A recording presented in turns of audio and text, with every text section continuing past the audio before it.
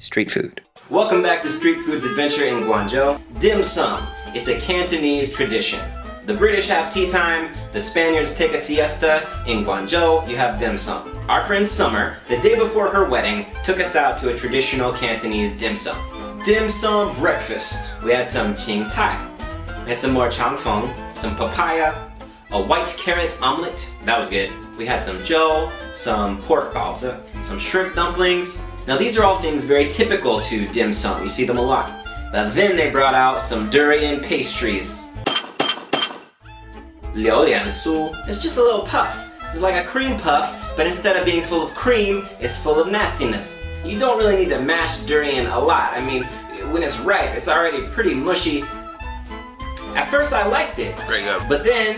Okay, the aftertaste though now. The aftertaste settling in. Yeah, it was durian. You need a special genetic code to like durian. I do not have that code, but I will say it beats chicken feet by a mile. The fruit counterpart to durian, its companion fruit, if you will, is mangosteen. If two fruits were ever to be partners in crime, it would be these two fruits. The crime, of course, being the assault that they make on your taste buds. When it comes to durian, mangosteen is the Bonnie to its Clyde, if you will. Mangosteen is tart, but also sweet.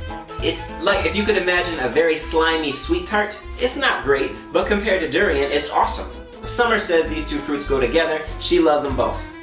I did risk my life a bit, culinarily speaking, while we were in Guangzhou. Last week we saw the chicken feet, straight nasty. This week is no better, durian is gross, but I was feeling like I wasn't really eating it on the street. The wedding was at all these nice places. So I went out on the corner, I found a little street food cart selling some seafood, and I ate a street oyster. So I ate that oyster off the street. I'm not entirely sure that was the best call. I don't know what I was thinking. After all that risk, I decided on a lighter pick, fried rice. Now I know we've seen fried rice already this season, but this is a great example of how the fried rice in Guangzhou in the south is different from the fried rice that we get in Xi'an. The fried rice in Guangzhou is very similar to what we might find in the west. You start with some oil and then you fry an egg. On top of that, you throw a big handful of bean sprouts. Now those are normally missing from Shanxi fried rice, not always. You add the rice, some green onion. It's heavy on the soy sauce.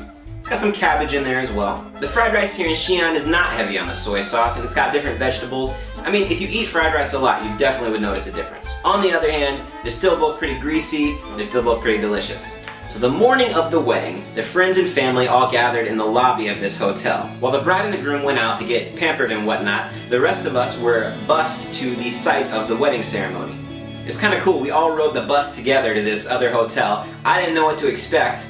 In addition to a great meal with the family, which included winter melon soup served inside actual winter melons, awesome, we and the other wedding guests were treated to a tour of the surrounding area. Currently stranded in a botanical garden. The bus is trying to pull its way out of the thing without stalling. Oh, there we go, we made it. Nice.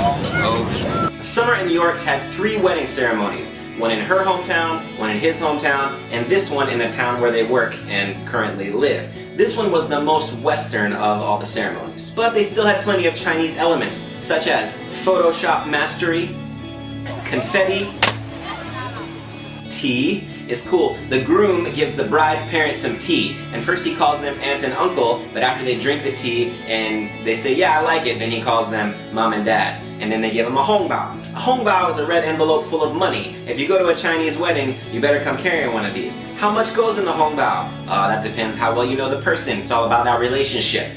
The bride does the same thing with the tea. She gives a hongbao. It's cool. Now afterwards, there's a party with lots of toasts. People drink a lot, especially the bride and groom, because they gotta go around and they toast everyone. And they're supposed to drink up, and you know, the more you drink, the happier you are, and that's a Chinese party. But you know what's the problem? If you're the groom and you're trying to toast everybody, you gotta be careful. There's different tactics you can do to avoid that. But basically, you know you have to handle it. After that, there's karaoke. Everybody's gotten their drink on, they're feeling very free. I took my kids back and put them to bed in the hotel. My wife went to sing karaoke because that's her jam. All in all, we had a great time in Guangzhou. We love summer in Yorks. We're so happy for them. I'm glad you got to see part of their wedding and our culinary experience in southern China. There's still a lot more snacks to come on Street Food Season 6. Next week, we're back to my Chinese language show, 太麻烦你了. You know, you watch me try to pull off my Chinese, you can show it to your Chinese friends, and they can tell you how much I suck. Or not. Till next week, eat it on the street, watch out for the parasites. Street food. Watch my new Chinese language show here, support the show by becoming a patron here, or visit my blog, streetfoodinternational.com. There's so many ways to snack.